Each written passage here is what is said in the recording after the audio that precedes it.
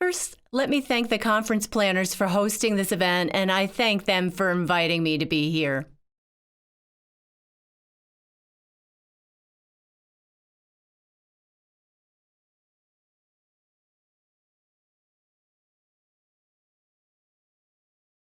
I want to begin by showing you how I sign each of the terms listed on the slide.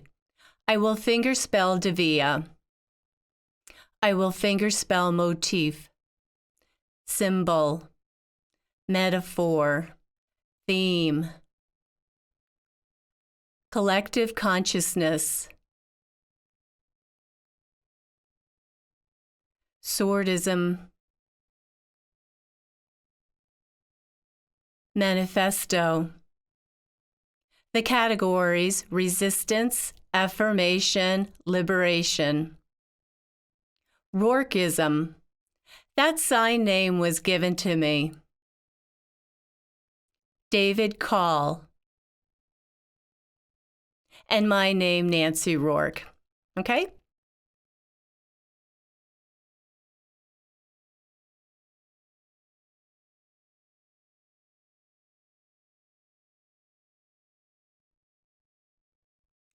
This is just an example of theme and motifs that are embedded in Devia works. You can identify 10 motifs in this piece.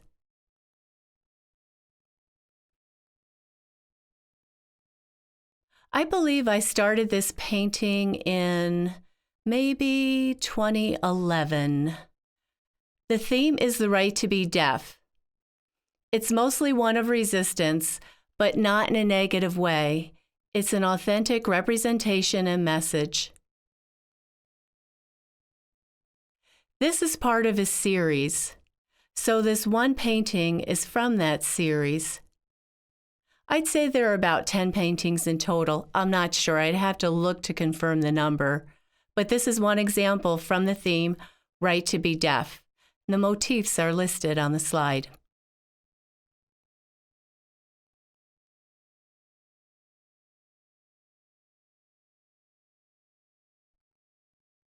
Here's another example entitled I Am Deaf.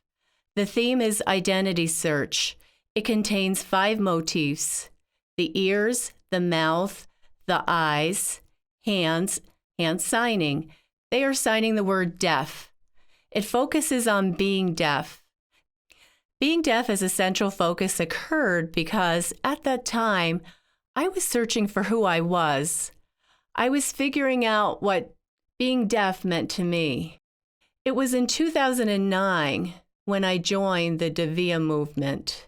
At that time, I didn't have a clear identity of who I was. It took me a year of introspection. I painted many deaf subjects, including deaf Mona Lisa. You can see them on my website under the first year's collection, 2010 paintings. There are many paintings. And it was after that 1 year that I felt that I understood who I was. And it was then that I was ready to move on and focus on other projects like the community and such.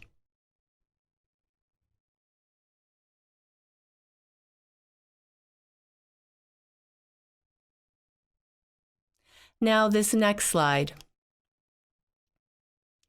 Deaf Devia artists create in many different genres, which express what they're thinking, what they're feeling, what they're seeing as they take in the world.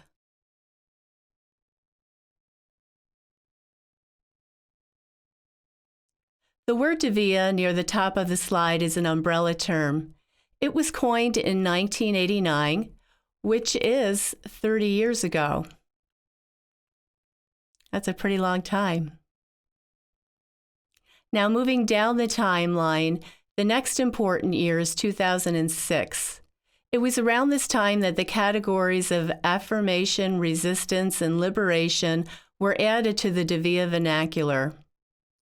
Around this time, research was undertaken to study the motifs and themes embedded within Devia works of art. This is really where it started. Prior to this time, there was no research, and it was because of the in-depth research that deaf artists collective consciousness was identified. Many deaf artists worked in isolation as they created their artworks. It wasn't until research was done that they realized they were using the same motifs and themes. This is called collective consciousness. Also, at the same time that the categories were created, a book about deafhood was published. It was written by Patty Ladd and had a great impact on many artists, Devia artists especially. It had a great impact on me. It was then that I started my work in Devia in 2009. When I first saw Ladd's book, I realized the hunger that I had. I recognized myself in his book as I was reading it, and that's when I started to search for my own identity. There's a lot of, it was a profound experience. I was painting in earnest. I created many spontaneous works. Other artists did the same thing. It was really a burgeoning time. It is considered the second wave of Devia, with the emergence of many new works, and that started in 2009. On the left hand of the slide, you see that Swordism started in 2009. This year we're celebrating 10 years of Swordism, we're celebrating 30 years of Devia, and then my Rourkeism is 10 years. It all began in 2009. Bayard and I started the same year. I had never met him. Arnaud is a deaf-blind French artist. He had never heard about Devia. He created the Swordism Manifesto. Simultaneously, I started to create Devia art. We did so separately, and we finally met in 2012. On the slide on the lower right shows his book, The Swordism Manifesto. Swordism is similar to Devia, with the exception that Devia focuses on visual arts exclusively. Swordism includes 5 genres, which are poetry, performance, film, literature, and visual arts. It also includes political expression. Today's art is becoming more powerful with the inclusion of political and social justice elements embedded within it. You see on the slide the second wave of Devia. The times have really changed since the beginning of the Devia movement in 1989. Now there are political elements and more. It's important to show our respect to the originators of the Devia movement. It is still widely used. And now Swordism is more prevalent.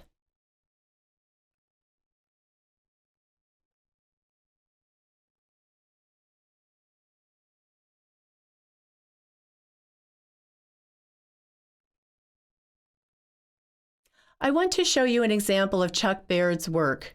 At the time that he created this resistance piece, it was very rare to see artists create resistance works. Typically at the time, they were creating affirmation pieces.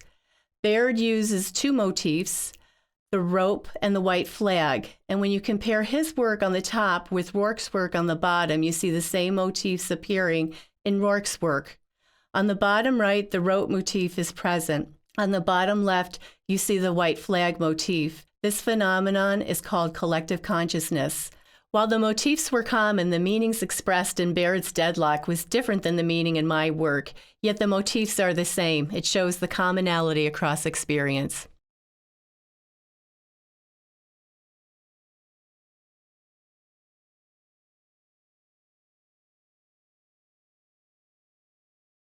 Another example of collective consciousness is the use of puppets and string motifs. On this slide, you can see works by artists David Call, Betty G. Miller, Robert Walker, and Nancy Rourke. Each has included puppets and string motifs within their work. There is slight variation in meaning across the works, but conceptually the motifs are the same. This is another example of collective consciousness.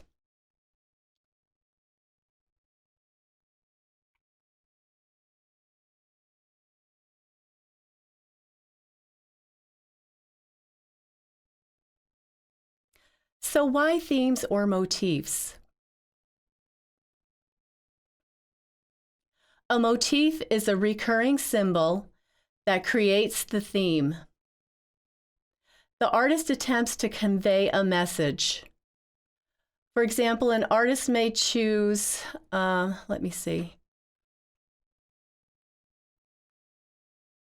artist may choose A.G. Bell, for example.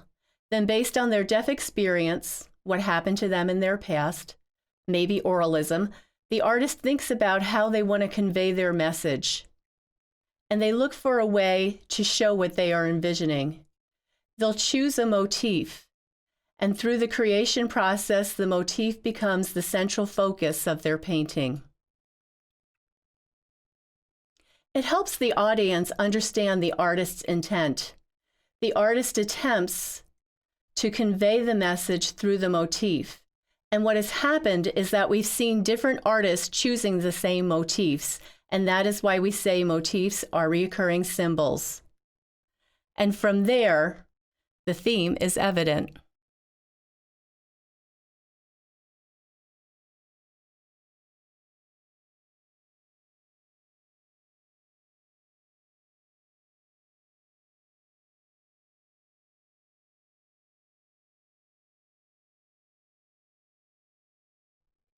This slide shows many of the themes used in deaf artworks. Today, I will talk about the theme of language deprivation.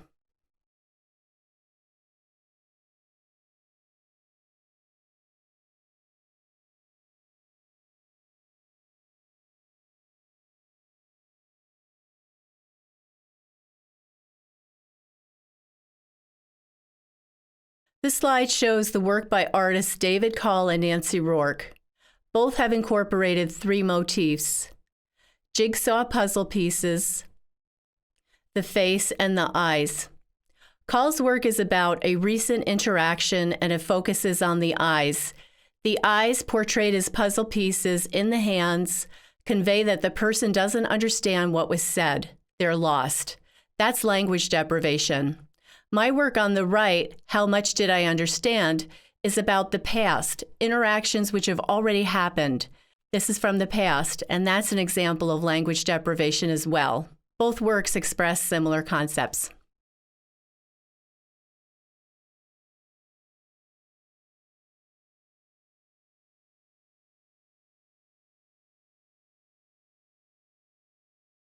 Now this slide is from the Devia Art Challenge. We pre-selected one motif, the light bulb, for the challenge, which is part of the affirmation category. It conveys hope, light so deaf people can see, and standing up for deaf rights. The theme is one of pride, activism, and solidarity. The artists had the opportunity to think about the different way that they could use to create art related to their experiences, which incorporated the light bulb. You can see the many examples on this slide. They are really impressive.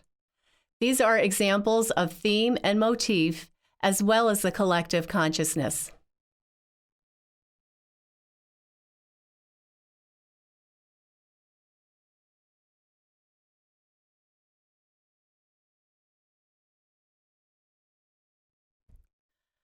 The Devia Central Facebook group posts challenges. Some are week-long challenges, some are 2-day challenges, some are month-long challenges. We choose different themes for each. For example, history, ASL, solidarity, and inspiration are different examples for themes. And during the month of February, we'll select different motifs for each day.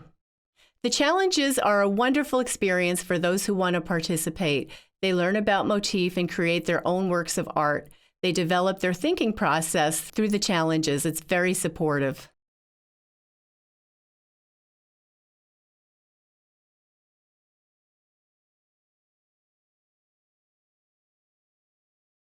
There are many amazing examples from the challenges.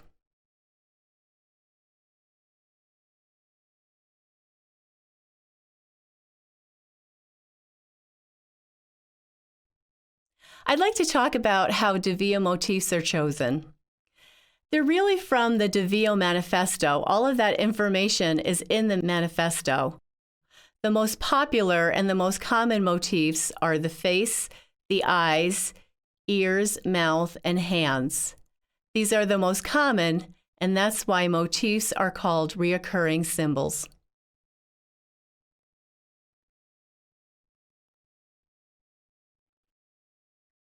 How is a motif determined? A motif must come from an artist. It's from the artist's creative process. You don't really choose a motif or base it on something. The artist searches for a symbol which creatively answers what they want, what they are thinking. The artist first chooses a theme, and then they need to choose something, a motif, which will clearly communicate their art so that the art speaks for itself. And that's how the motif is determined. It's not until you see a symbol appear in multiple works across different artists that it's called a motif. And we choose the motifs for the art challenges.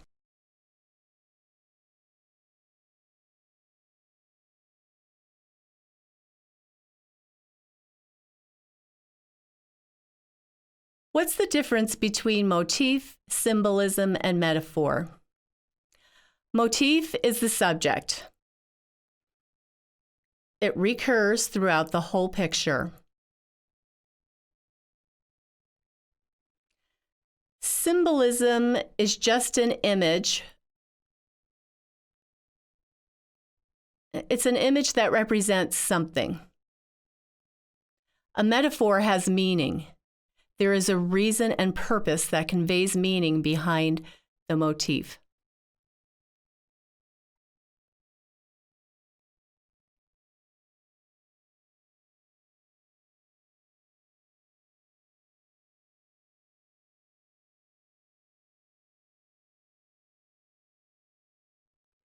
I'd like to talk about the DeVia curriculum.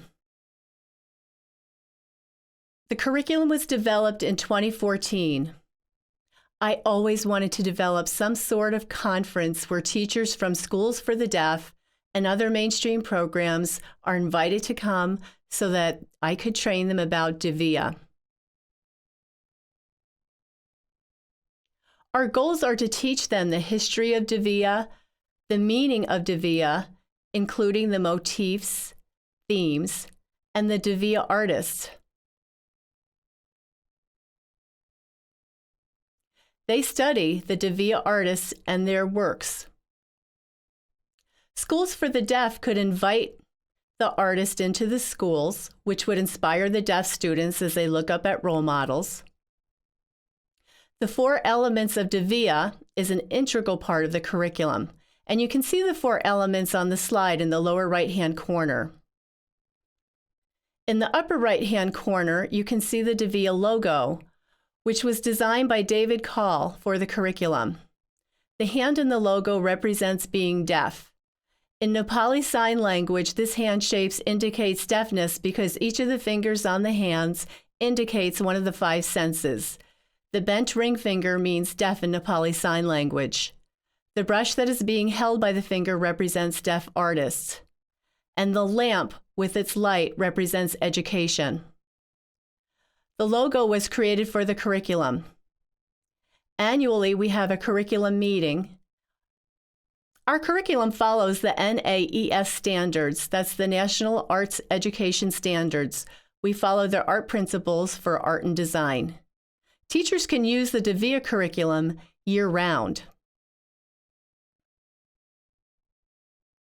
And really, the students are wonderful.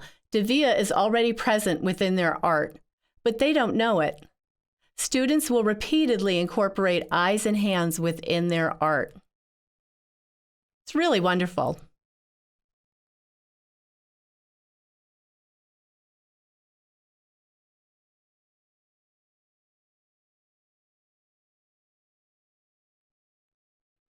This slide shows an example of the DeVia curriculum's application in a school for the deaf, RMDS, which is the Rocky Mountain Deaf School in Denver, Colorado. The instructor made trading cards. Each trading card has an example of a Devia motif. For example, the birdhouse. Each card has text on it which explains the meaning of the motif. Each has a plus or minus sign to indicate whether it's resistance or affirmation, and each has an age group indicated, elementary, middle, or high school. The instructor has created many trading cards which they lay out on a table, and students can choose 3 to 5 different motifs, and then they consider how they'll incorporate the motif into their art. They're inspired by the Devia artists.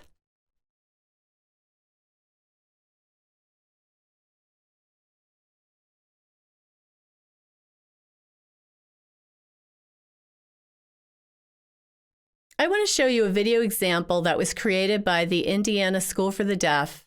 The students created their own video which describes animal motifs. I'll show you that example now.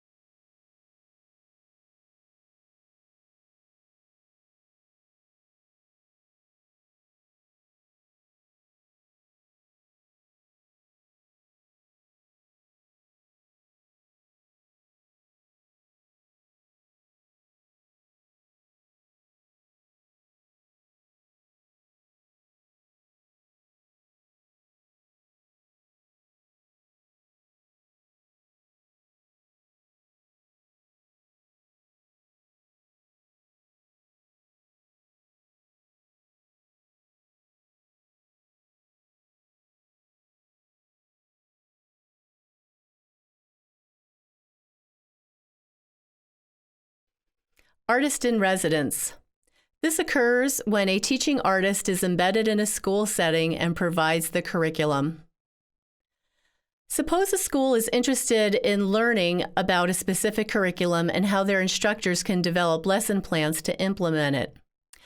An artist could introduce themselves to the school, show their art, and meet with the instructors who are interested in learning about that curriculum. The instructors would have to ask permission from their administration, and then the school could formally invite the artist to teach the curriculum. This slide shows examples from my experience as an artist in residence teaching about identity. Identity is incredibly important for students. They really don't know much about their own identity at this age yet. They're so young. This art project was a wonderful way for them to consider their identity, to figure out who they are.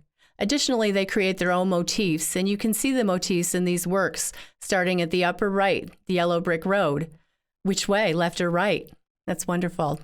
You can also see the robot motif, the word concept motif, the eye head motif, and the 2 face mask motif. Interesting.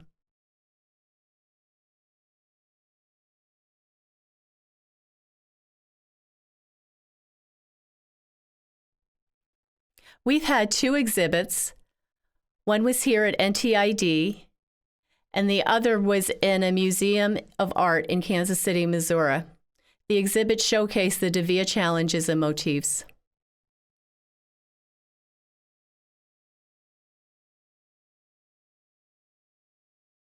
I want to show you this next video. I believe I have enough time. The students from the Rocky Mountain Deaf School invited their families to see their art at the Devia Art Show. They were very proud. The art show was in a gallery in Denver, Colorado. It's wonderful.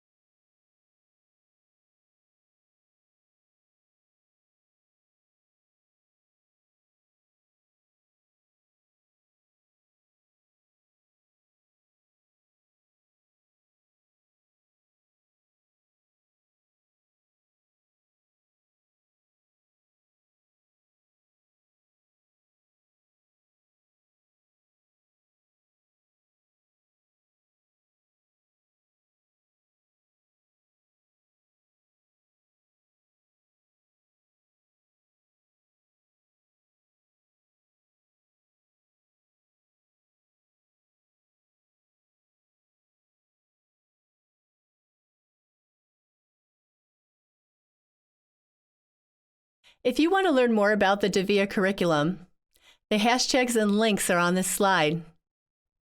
Feel free to take a picture of them now.